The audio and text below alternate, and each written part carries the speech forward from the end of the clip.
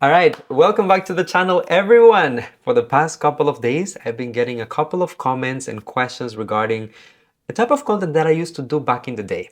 And the thing is that if you are one of the OGs on this channel, you will know that before I was ever known in the pageant industry, in the pageant niche, or that I was even a content creator about pageantry, I was known on YouTube as a reactor, more precisely in the OPM and PPOP niche.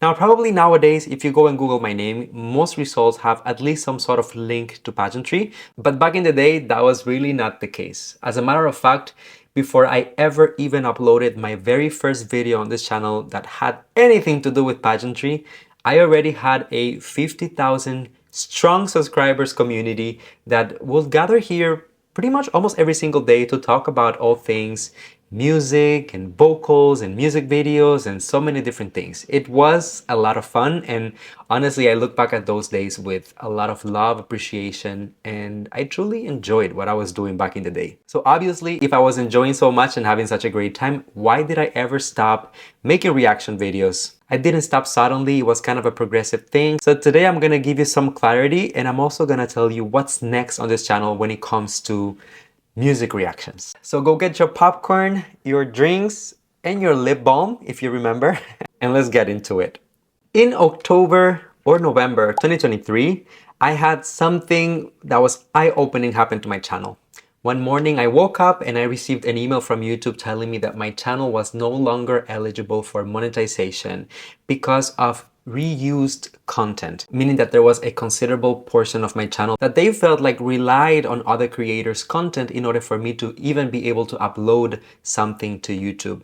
In other words, what I was putting out was not original enough for YouTube to see it as value content and at the same time to allow me to monetize and make money from this platform. My channel was demonetized for 3 months, a whole 90 days, and honestly that was for me kind of a wake-up call, because not only I really love my channel and the community that I have built here, but simultaneously it wasn't something that I ever saw coming, as there are so many reaction channels out there and I always felt like I was going above and beyond to add commentary and value to my videos, that yes, although I was using another creator's content in order to react to it and then add my thoughts, I felt like I was doing a pretty decent job considering the quality of some reaction channels out there on YouTube. The bar is quite low, if we're being realistic. Another reason why the demonetization of my channel was such a low blow, it was simply because in 2023 I decided to become a full-time content creator. Now, if you've been here since the very beginning, when I first started making content, you will remember that I did have a full-time job back then in the corporate world. I was a banker and I was just doing YouTube for fun and games. It was the pandemic, so we couldn't go out, and I just wanted to find a way to connect with people as we couldn't go out and see other people, and at the same time just keep myself entertained. It was a way to go through the pandemic and at least make something meaningful with my time. When I first started my channel, I never saw myself doing this full-time or thinking that this could be a career, but the more that I got into it, the more that I realized that I was really enjoying what I was doing here, and I started having very negative feelings towards my corporate job, which ultimately led to a little bit of a life crisis and questioning, and I decided to take the risk, the leap of faith, and pursue YouTube full-time. So as you can imagine, being a full-time creator and relying 100% at the time on my platform, when I got the email saying that I couldn't earn any money from this platform for 3 months out of an entire year, 90 days, it just felt like hell was breaking loose and heavens were about to crush my head. Those 3 months eventually passed and I was able to do some cleaning on the channel, and eventually I got my monetization back. So that was not the deal breaker, but I want to go back to the point of me being a full-time content creator here on the platform, and I want to tell you guys a little bit about the reality of being a reaction channel. Because I was making so many reaction videos, I wasn't able to monetize my content properly. Because if you know anything about music or about artists or anything that has to do with TV and entertainment, it is heavily copyrighted. Meaning that the moment that you upload it, chances are, I will say there is an 80 to 85 chance that your video will get copyrighted, meaning that you are not able to earn money from it, and that all of the revenue from that content goes back to the artist or the record label or the TV station that produced the content to begin with. In that sense, even though I was already a full-time content creator, all of my reaction videos were more of a hobby, more of a passion project, because I knew that even though I was putting time and effort into them, I was unable to really make anything out of them. I was making those videos purely for the community, for the conversations around them, and just because I genuinely enjoyed talking to you guys about music and whatever was going on in the P-pop and OPM world. I also tried to make reaction videos to other markets, specifically the K-pop market. I think I had a video once or twice here about some Indian music and whatnot. And although I also really enjoyed making those videos, the reality was that those videos were just as difficult to monetize, just as harsh with the copyright, and in a lot of cases they were even blocked, meaning that it's not just that they take my monetization away, but I wasn't even able to show the videos to you guys. So after a long day of filming, editing, and planning, it just felt like such a disappointment for me on a personal level, as I couldn't even share my thoughts and opinion with my community. And if we're being realistic, that is why you still see so many reactors nowadays who continuously make reactions to TikTok videos or singing videos of random people just singing, or Facebook videos, because those videos most likely are not copyrighted, meaning that they can sit, react, give you their opinion, share whatever they think about it, and still don't lose monetization. But the moment that you get into music videos, anything that has to do with a record label or a TV station, forget about it. They are not making a penny out of it. Now, obviously, you must be thinking, Luis, there are other ways to monetize the content, right? You don't have to depend on the YouTube AdSense revenue, and that is true. I, for a while, considered to open a Patreon account, which a lot of reactors do, and it's a very common practice. I also considered asking people for super thanks here on the platform, and even at some point, I thought maybe we can have a channel membership where people can just pay a monthly fee and I can give them some sort of perks or exclusive content and whatnot. And all of those were most definitely options, but to be quite honest with you, it just didn't sit right with me. I felt like in the middle of the pandemic, people had other priorities and they could use their money better than to pay me a monthly membership or send me money per video just because I was talking about music and their favorite artists. As I mentioned earlier, this was kind of a passion project for me. It was kind of a hobby to begin with. So I didn't feel like I was giving people something so valuable that they must pay for it. I know that some of you love to support the reactors and whatnot, but back in the day, especially in the middle of the pandemic, it didn't seem like the right thing to do, in my humble opinion. But on the same breath, I will say that I also felt weird and it didn't sit so right with me, the idea of making content, which was part of my work, and also getting no compensation at all for it. I just simply didn't want the audience to be the ones paying the price, but instead, just simply monetize through the YouTube AdSense revenue. Eventually, I think that I kind of burnt out in terms of trying to keep up with the trends and the new content and the videos, and me trying to please everyone, while at the same time I was getting nothing in return when it comes to the financial aspect of it. Now, another point that I don't feel like a lot of people talk about it, but sometimes it is a reality, especially when you are in the position of a reactor.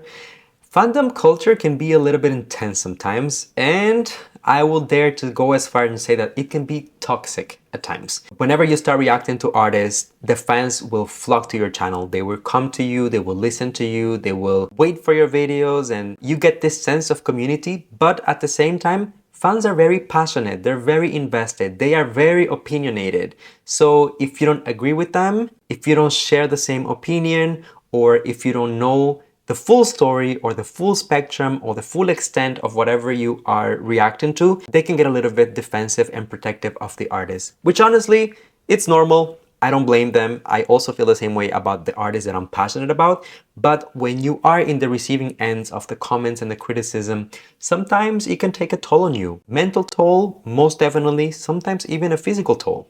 And as much as I was enjoying and discovering new artists and new music, it was a little bit difficult for me to deal with so many people calling me not being a real fan or not being a real supporter, just because sometimes I am not as knowledgeable of every single aspect of an artist's life and history. I feel like a big part of the charm of my reactions was simply the fact that I was willing to learn and just give my honest opinion about the things that I was being presented. On the topic of criticism, and more precisely being criticized, I will constantly get remarks about me being too soft or not critical enough or just sugarcoating everything. And to be quite honest with you guys, Go back to what I told you previously, right? This was a hobby. This was kind of a passion project for me.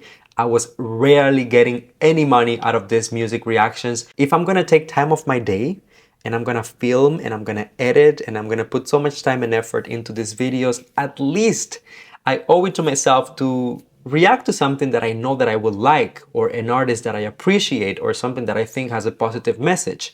If I feel like I'm gonna go into something controversial and something that is not up my alley, it will just simply feel like a waste of time. So as a consequence of that, often I would end up reacting to things that I knew I was most likely to enjoy. A lot of people saw this as a fake reaction or always trying to please the audience in order to gain their likeliness and perhaps even gain more views, which is also another set of criticism that us reactors get. People will say that, that I was baiting for views and that I just was trying to milk the audience in order to make money. Money. The irony and the jokes just write themselves. Because remember, I was making no money due to copyright. All the money was going to the artist. But then I was the one being criticized for milking the audience. Eventually, I stopped reacting as often, but I still kept some reactions here on the channel, especially to the artists that were really near and dear to my heart, the artists that I would truthfully enjoy listening to, that I would even do so off camera, such as Morissette, such as Regine, such as SB19. Those were really my favorites. So even though nowadays, if you go to my channel and you scroll through my videos, most of it, the vast majority is pageant content, you still can find the eventual reaction here and there to Morissette, SB19 whenever they release music. Why? Because those are artists that I genuinely feel passionate talking about, even if I make no money from those reactions. So to answer your question and your concerns, where a lot of people are asking me, Louis, where do we go from here? Does that mean that you're gonna make reaction videos again? Do you still even enjoy it? Do you want to interact with the fan bases and whatnot? And the answer is yes, I enjoy it. Yes, I'm still passionate about it. Yes, I want to do it, but there's a little bit of a twist. There's still a but, right? Because all of the negative points that I just told you about don't just magically go away. Instead of just reacting, I would really love to make more analytical and critical videos, if that makes sense. I really want to focus on the art, on the music, on the visuals, on the meaning, on the impact, on the storyline, and overall, what does this song or music video or moment or performance contribute to culture and society? That's what I like. That's up my alley. I can talk about these things for hours, and I know that this is not necessarily everyone's cup of tea. Some people just want to see you sit in front of the camera, watch the video, and be like, and ooh, and ee, and I love it, and she's so beautiful, and he's so hot, which is all fun and games. I enjoy it, but also I don't want to compromise the substance and the fun conversation around what is actually going on in front of the screen. So I think that rather than being in the reaction side of YouTube, I would like to be more in the commentator side of YouTube. I don't know if you guys have seen, but to be honest, reaction channels are a dying breed because they're not sustainable. The algorithm doesn't really like them so much anymore, and nobody is making any money from this content. So we have been experiencing for the past couple of years the rise of commentary channels where they touch on different topics like documentaries, it can be like pop culture criticism, it can be news updates or tea, whatever it is. But it's basically commentary where you share your opinion, still supported with visuals, photos, snippets. You can have vast conversations about the music and the visuals without necessarily having to sit in front of the camera and just watch whatever is presented to you on the screen.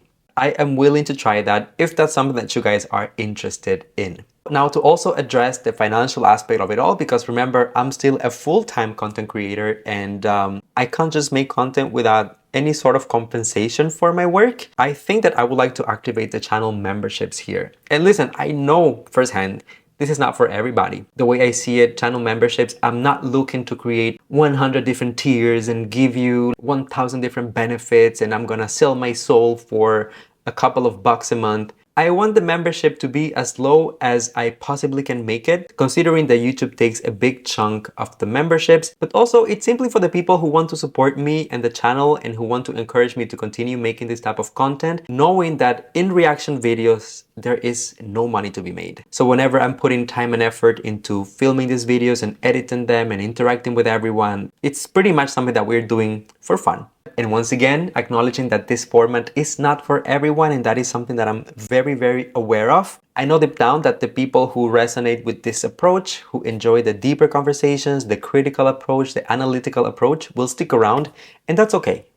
That's good, because that's the audience, that is the community that I want to reach. And at the end of the day, that's what really matters to me. So I guess I can wrap up this video by saying that if you are one of those 50,000 OGs of the channel, thank you for sticking with me. Thank you for still being here. Although I haven't reacted to anything music related for years at this point, I still see you guys in the comments sometimes, and I still see the support. Some of you are also pageant fans. Some of you watch my vlogs.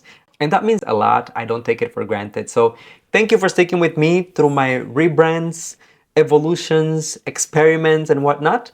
And I hope that in 2025, we can talk about music, we can talk about visuals, we can talk about meaning, and a lot of different things that have to do with the OPM and P-pop world. So if I was to start making this type of content again, where should I start? It's been a while, so you guys need to guide me. I'll be reading you in the comment section down below. Thanks for being here, guys, and see you on the next one.